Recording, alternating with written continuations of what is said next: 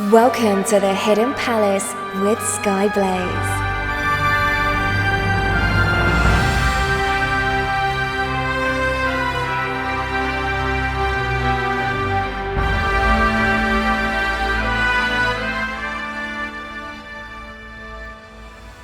Good morning, afternoon, evening, or night, wherever you are in the world. I am Skyblaze, and this is the Hidden Palace here on Radio Sega. Now, some of you have probably seen the unfortunate news that Hideki Sato, a designer of many of Sega's notable consoles, such as the Mega Drive, Saturn, and Dreamcast, passed away on February the 13th this year. He was aged 75. On joining Sega in April 1971, he initially started out in Sega's arcade business before moving on to aiding the creation of the SG-1000, Master System, and Mega Drive. He was then promoted to the director of Sega's R&D department in 1989, and following the creation of the Saturn and Dreamcast, he became president of Sega from 2001 to 2003. Following the death of their previous president, Isai Okawa. As a tribute to Hideki Sato and the work he did, we're going to look not just at the consoles, but some of the software and games that he was linked to. So I'm going to start off with a demo disc of the Dreamcast capability called the Dreamcast Middleware Conference Demo Disc. I know it doesn't initially sound exciting, but trust me. And, oh god, Pocket Hilarious immediately making me feel old, because I mentioned that when Sonic Adventure 2 came out, I was just about to go to university. And Pocket Hilarious saying that she was just about to go to primary school.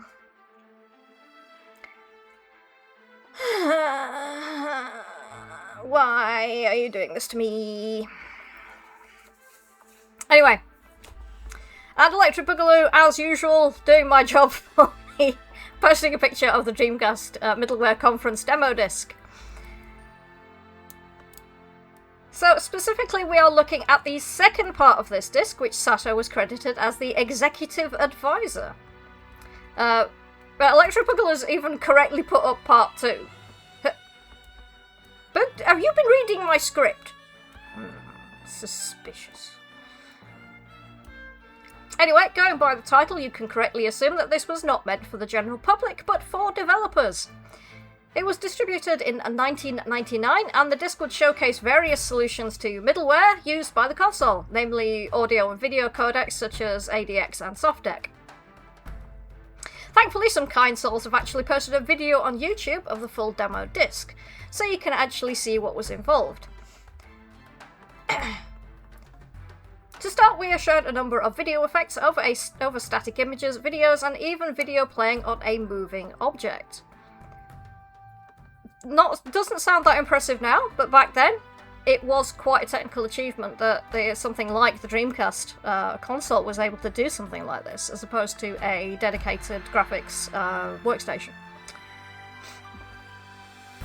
I have a friend who actually covers, in quite a lot of detail, workstations and technical products, and it's surprisingly interesting, but yeah, it gets pretty technical even for me at times. So we are shown the Dreamcast capability to show multiple videos at once, with demos showing videos of Burning Rangers, Sonic Adventure, Panzer Dragoon Saga, curiously enough, Flicky's Island, along with a SoftDeck intro video and some real-life scenes. This demonstrates the capability of video playback and the quality that you could expect. Bearing in mind that it wasn't that long ago that we had AMV video had to be confined to tiny little videos in the center of the screen and didn't even take up the entire screen resolution. Now you could have multiple videos playing at once in decent resolution and looking fairly clear. Very, very impressive for the time. I'm going to look at my talkpad. There we go. Audio-wise, we are a few songs are played, along with a number of voice clips, which are played using different encoders to highlight the effectiveness of those used by the Dreamcast. Lastly, there is a Namake or bonus section. This was missing from the video that was posted to YouTube. So I ended up having to, Grey4 actually helped me with this one. We tracked down an actual version of this demo disc, so we could play it on an emulator and see what it did. It's the credits. All that work, all that effort of tracking down an image file of this bloody disc, and it's the credits. My disappointment was immeasurable, my day was ruined. So let's have some music, shall we? So since Panzer Dragoon Saga was mentioned, and it's got a pretty nice soundtrack, I am going to play something from it. So we have from Panzer Dragoon Saga, oh god, why have I done this to myself? From Panzer Dragoon Saga, Sona mi Areru ek Sancitu. Sancitu? I don't know. Something like that. And then from Burning Rangers we have I Just Smile, which is the end theme from Burning Rangers, and I feel it's appropriate for a tribute episode for someone. Because, you remember the happy times and the nice things that they've done. So please enjoy that, and I'll be back to talk about a game that Sato was one of the hardware designers for. So I'll speak to you after this musical break.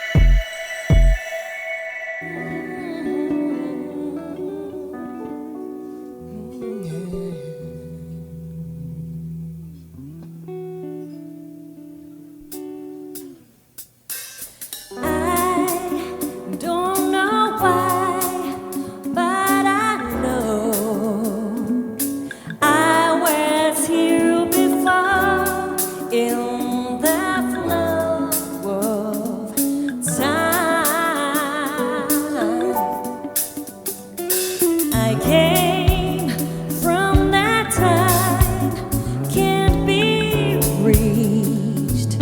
Gone too far away, only alive in my dreams. In the dreams I have seen Mama say, I wander through the night, but it's not animal. I smile for the people I need every day, every night. For the ones who they give me love, of people haunting me. I smile for the people I need. They always will be. For the ones who they give me love, of people haunting me in your arms.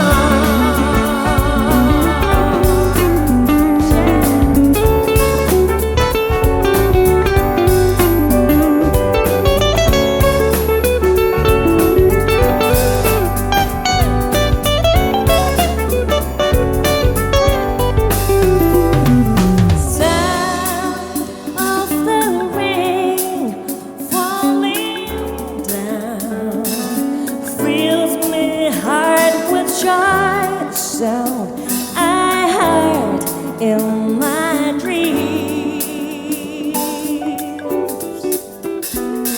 The sound of the wind all around, whispers of the tree hold me and I fall asleep. It's the rain, it's the wind, people heed.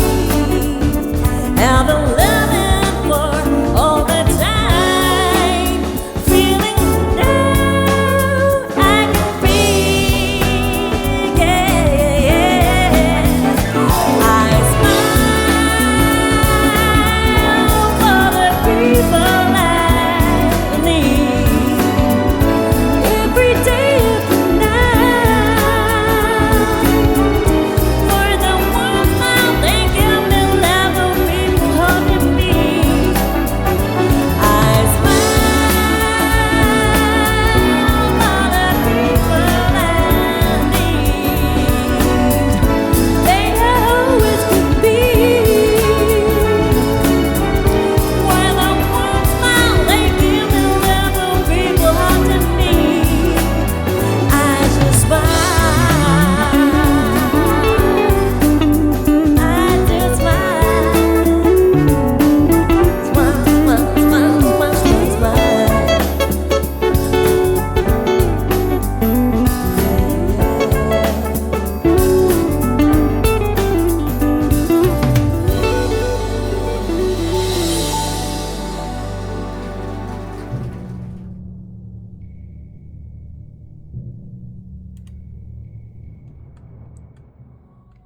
And we are back. What is radio? There we go. Sorry about that. My mouse cursor disappeared off into the ether. So that was Burning Rage's I Just Smile, and before that we had from Panzer Dragoon Saga, Sona mi Areru ek Sancitu, I think is how you pronounce that. I'm not entirely sure. It might be Latin, but it also might be a made-up language. I was saying in the Discord chat that I reckon Yoko Taro is a Panzer Dragoon, has played Panzer Dragoon Saga at some point, because if you listen to... Well, there's some elements from Panzer Dragoon Saga that do keep turning up in his games. But also listen to the soundtrack of Panzer Dragoon Saga and Nier Automata back to back. Yeah. And further proof that Electric Boogaloo should be doing my job, I have immediately found an interview from Forbes magazine saying that they're a fan of that Yoko Taro is a fan of Panzer Dragoon. So, I am vindicated. Behold, Yay. Right, moving on to what I'm actually supposed to be talking about. There we go. Enya is saying Panzer Dragoon has its own constructed language. I think it's called Panzerese. Yeah, I did think that was the case, because I know Drakengard and Nier have got a similar thing. And they even use one of the quote-unquote angelic alphabet, which was created by a guy in the Renaissance, who claimed that he'd been given it by actual angels. Make of that what you will, but yeah, they're using a historical angelic alphabet. It's pretty interesting, the research that's gone into it. Before I go off on too much of a tangent, though, too late. Up next, we have a game that Sato was one of the hardware designers for, and that is a game called Turbo. No, not that one. Probably. Releasing in arcades in 1981, it apparently was considered one of the first to introduce a third-person perspective to colour racing games. The game simply has you racing in an F1 car as you aim to overtake and not crash into your opponents. What set this game apart at the time was the sprite scaling, colours, and multiple changes in scenery, as you can find yourself racing through cities, countrysides, tunnels, and across a bridge over the sea. Along with brakes and acceleration, the arcade cabinets also provided a 2-speed gear stick shift, as navigating over hills will obstruct your view of what is ahead, meaning cautious driving is recommended, otherwise you'll be strewn across the road along with whoever it was that you hit, and that will end your run pretty quickly. Turbotastic? Yeah, it's not that one, but it's pretty funny to think that they're the same thing. I was tempted to put a track from Wreck-It Ralph in here, but I decided against it. Especially since I've had a few requests today. So, being an arcade game, you are after a high score, and only ending on the game is when you run out of cash, out of time, or into another car. The game never actually made it onto a Sega home console, but it did make it into homes thanks to ports onto the ColecoVision and Intellivision in 1982. Though, as you may have expected for home consoles of this era, there were quite a number of downgrades which were required in terms of both graphics and audio, so they are not great compared to the arcade original. I couldn't actually find any music from this arcade game, and ColecoVision and Intellivision music, quote-unquote, is yeah, remember when I played music from ZX Spectrum? Yeah, like that. No, not making you suffer through that again. So instead, I'm going to play a track from Turbo OutRun, the C64 intro, which is by... Why is Radio DJ being weird? Which is composed by Jerome Tell. And then we have our first request for this evening, and that is from Mega Anser Data Transfer, requested by Electric Boogaloo. So I hope you enjoy these tracks, and I will talk to you again after this music break.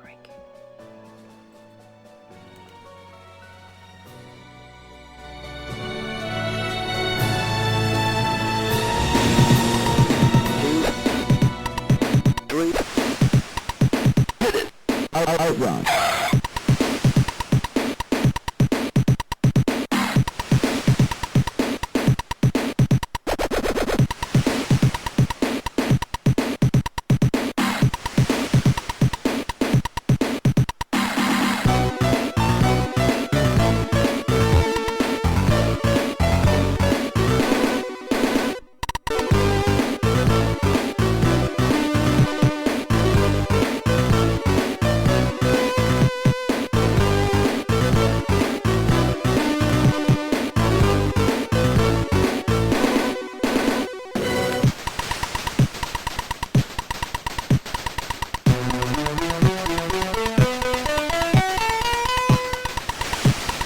OutRun.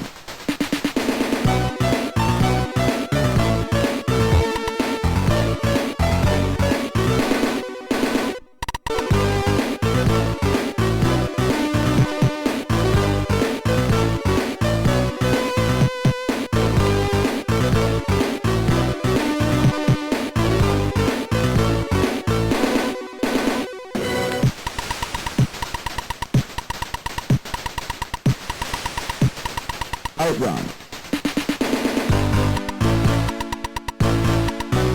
Yeah.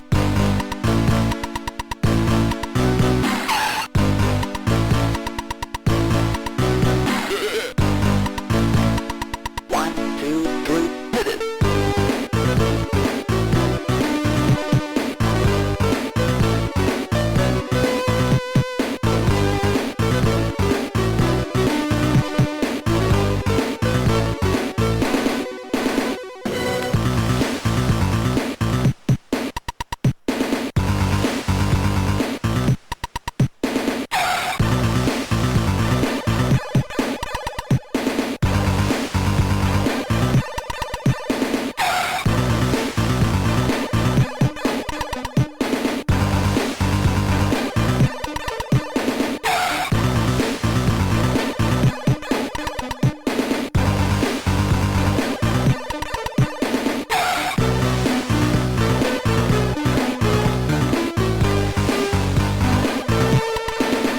Ready.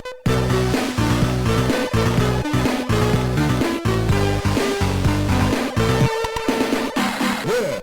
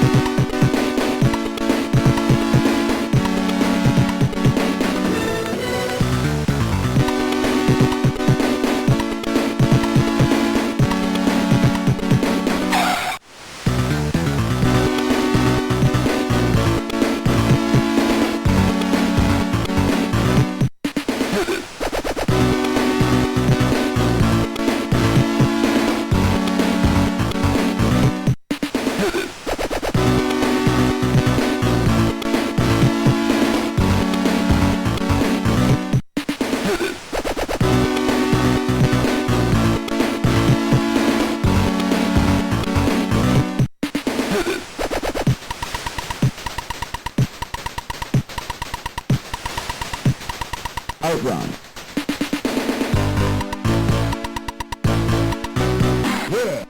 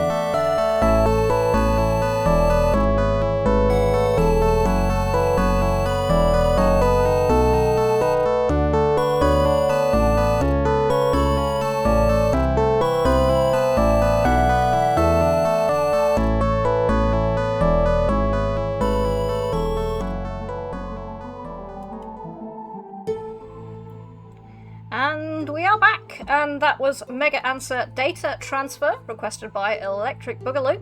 And then before that we had from Turbo OutRun the C64 intro by Jerome Tell. So moving on from consoles to PC, we have the Windows PC port of Sonic CD. On this project, Hideki Sato was the senior executive director, and producer. Soon after the original game released onto the Mega CD, a deal was made between Sega and Intel, yes, that Intel, as Intel were hoping to show off how console performance was possible using an Intel Pentium-class PC running Windows 95. This led to the porting of Sonic CD to Windows PC. The first hurdle was creating a Mega Drive-like interface which would allow it to work, as Sonic CD was written in M68000 assembler code, so it had to be ported into C, the programming language, to make sure that it would run. And oh god, I pity the poor git who had to do that. I've done some programming in C, I mean most of it was embedded systems programming, but oh jeez. The pain. The libraries which allowed this to work were initially referred to as Dino and then later as RDX, or Realistic Display Mixer. This was also created before Microsoft launched DirectX, meaning after Sega produced roughly 5 million copies of the game, a new port was made using DirectX. I think if I were the person who was involved in creating a piece of middleware to make this bloody thing run, and then Microsoft went, oh, you could just use this, I think I'd probably go and scream into a pillow or something. And you're saying C for crush your spirits, you are not wrong.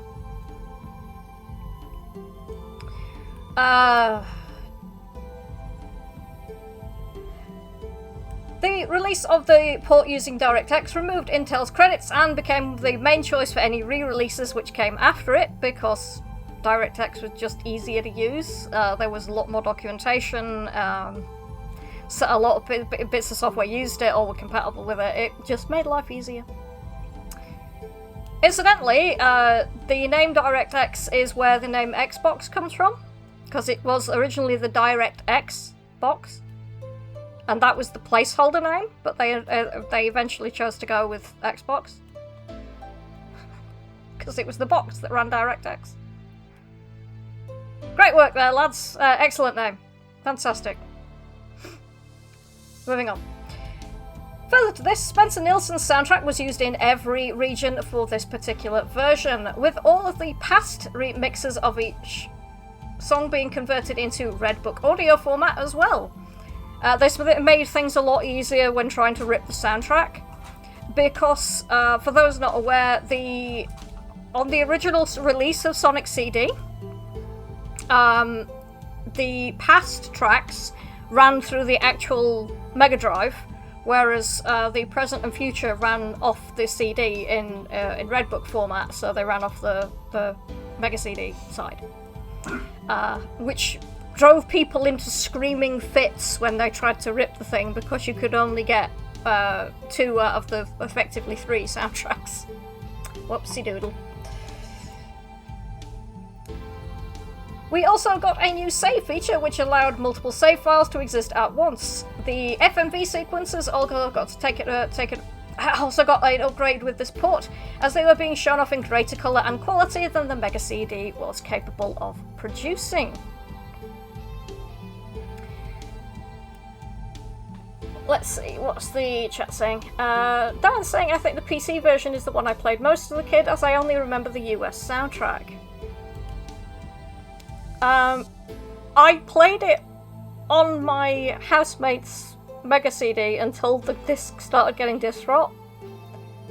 And then I got the PS2. Was it a PS2 port? I think it was the PS2 port.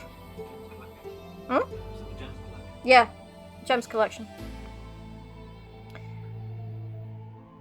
Growth saying it was a cool effect playing the past music on a past console. Yeah, it's pretty cool. It's a nice idea, because it gives it that kind of retro feel, that more chiptune-y sound. And of course I approve of chiptune. Ha. Anyway, let's have some more music. Pocket Larry, you're being very nerdy there. I can't say I disapprove, but I was simplifying for the sake of to make it life easier for people. Not everybody's going to know what the chips are called. It's very cool that you do.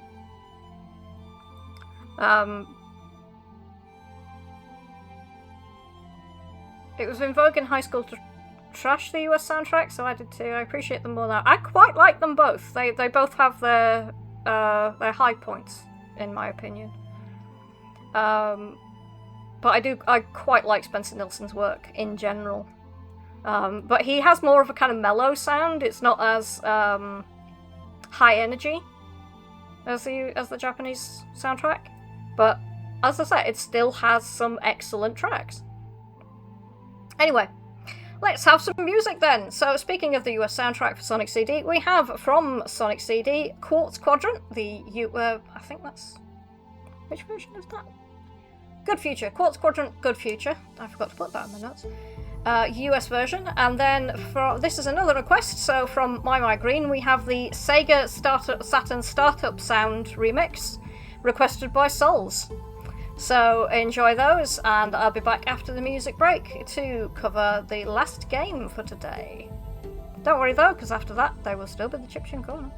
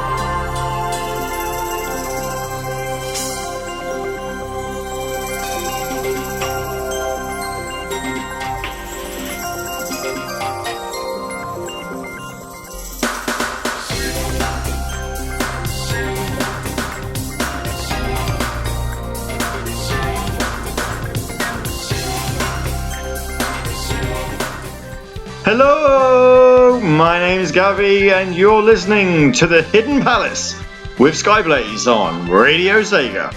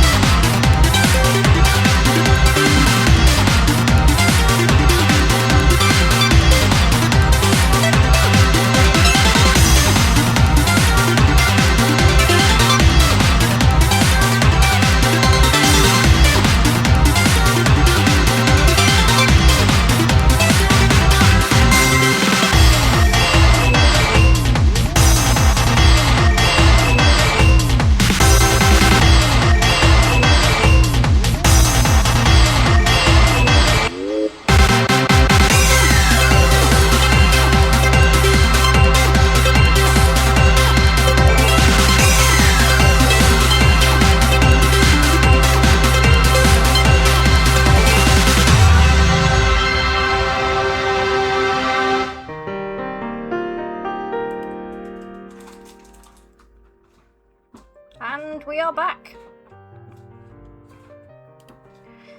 And that was maimai Green Sega Saturn Startup Sound Remix, requested by Souls. And before that we had from Sonic CD Quartz Quadrant Good Future, the US version. And hello Celtic Yoshi, how's it going? So lastly I am going to talk about a game which has caused some mild contention among fans. I mean, even taking into account that Sonic fans are notoriously fractious. Sonic Adventure! namely the original and the DX or Director's Cut versions. So we all know the games, but did you know that Hideki Sato was part of the production on both of them? Well, in the original Dreamcast game, he was part of the executive management staff, while in the Director's Cut, he was in fact the executive producer. Sometime after Sega's departure from the console market in 2001, the Director's Cut port of Sonic Adventure was released for the GameCube in 2003. Taking similar steps as they had with the port of Sonic Adventure 2, this GameCube port capitalised on the most powerful capabilities of the console and made a few changes to the game. Graphics were improved and debatable. Assets were remodelled or retextured, and a load of extras were crammed into the game, which are otherwise missing from the original version. Namely, this includes a mission mode and 12 playable Game Gear games, which included Sonic Drift and Tails Sky Patrol, games which up until that point had never been released outside of Japan. We also get to play as Metal Sonic, if you manage to obtain all 130 emblems in the game. It takes some doing.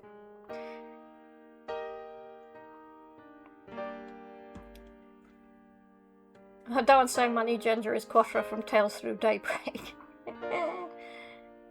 Oh, it's good to hear, Celtic Yoshi. They're fine, just walked in the door from work.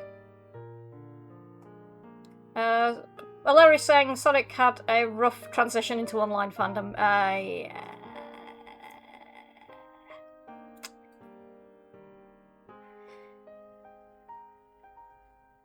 It's all good. We're all friends here, I think, mostly. No, we're all good. The Sega Sonic, the Radio Sega community is actually very friendly. There are a lot of nice people in the Radio Sega community. So, from all of us here at Radio Sega, we want to thank Hideki Sato for all that he did to make Sega so awesome. I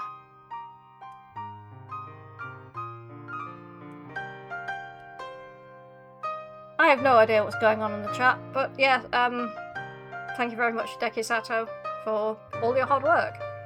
So let's have some more music. So from Sonic Adventure, we have Speed Highway. And then after that, we have another request, and this one is another one from Electric Boogaloo. So from Sega SG-1000 30th anniversary, we have Black Belt. So enjoy those, and I'll be back after this to go into the Chiptune Corner.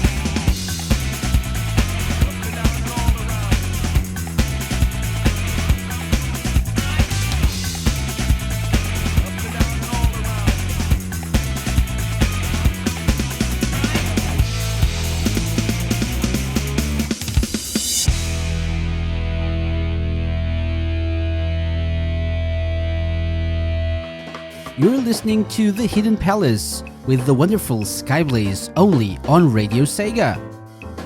Well, I guess if you're here, it's not that well hidden, is it?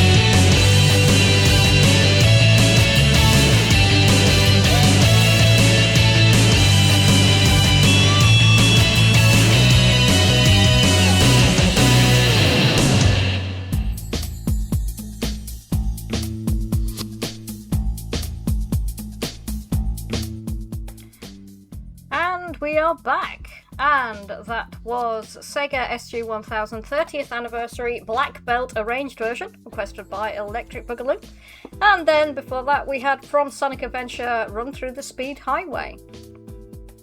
So it's time now to go into the chiptune corner, and today we feature an artist who makes music not only for the community, but also professionally, having scored several games including Tadpole Tap, Creepy Castle, and 1001 Spikes.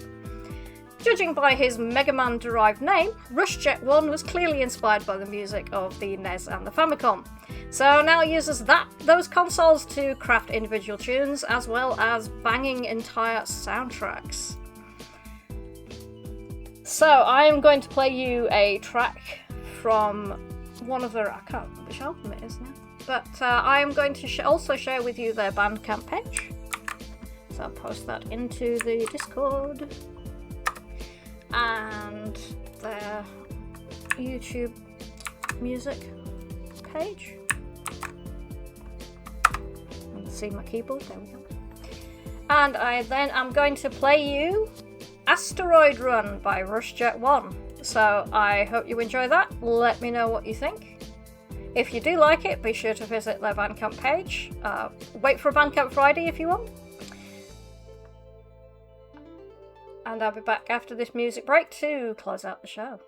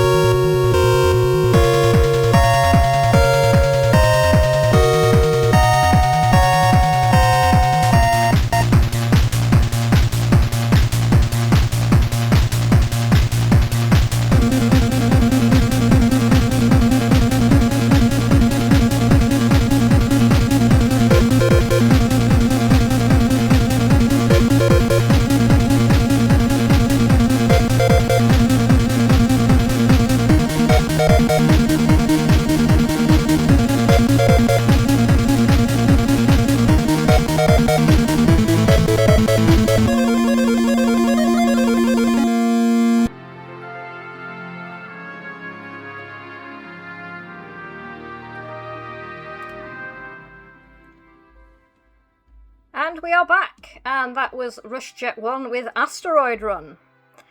Pocket Larry was asking if Rush Jet 1 is the person who made all the VRC6 arrangements for the Mega Man soundtracks. They did do an album called Mega Man Remade, so if that's what you mean, then yes it is. Pocket Larry said just check the hacks, and yes it appears to be, so yeah, there you go. I really like their stuff. I have a friend locally called Harley who runs an event called Steel City Chiptune, and he's managed to get some chiptune artists who live quite a long way away to come to Sheffield and perform, so maybe one day we'll get Rush Jet. That would be good. But we shall see. But thank you very much for tuning in today, everyone. We should have Gavi and SNS coming up next, I think.